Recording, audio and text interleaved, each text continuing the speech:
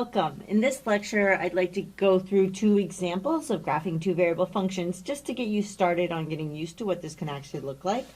So the first example I want to go through is, so in this one, my function is going to be, it's going to be a constant function, so it's going to be the constant function f of xy equals 5.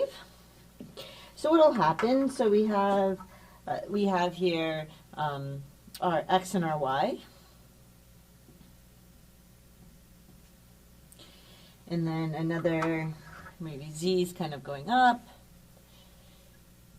like this. And then what's actually happening here is that when you look at the graph of this function, we're looking at something that's at height 5, right?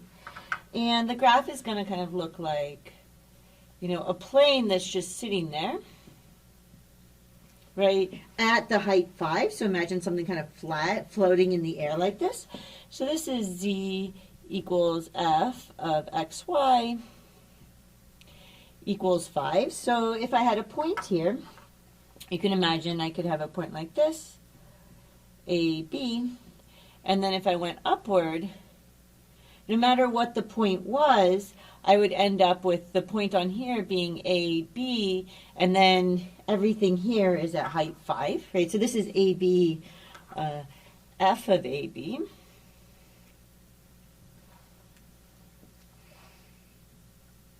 Right? But that is actually, in this circumstance, this is going to equal, it's just going to equal AB, and then this 5 no matter what, okay? So it's just kind of this plane that's just kind of floating in the air at height 5. So maybe that's how you can picture this.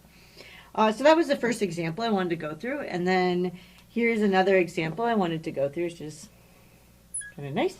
So let's take f of xy is now going to equal, so we're going to have x squared plus y squared.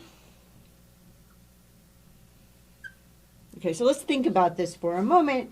So we know that if I fixed a particular output, so I know that x squared plus y squared equals k is a circle of radius. So this is a circle of radius, the square root of k, right? So one way to kind of think of that is that, right, because this would be what I would get when my output is k. So if I have here, so I have my x and my y axes here, and then I have this going up like this, right? So this is my z, and every time I'm at a height k on here, right, I'm going to get a circle of radius, right? This is always going to be a circle of radius, the square root. So this radius here is going to be the square root of k, right?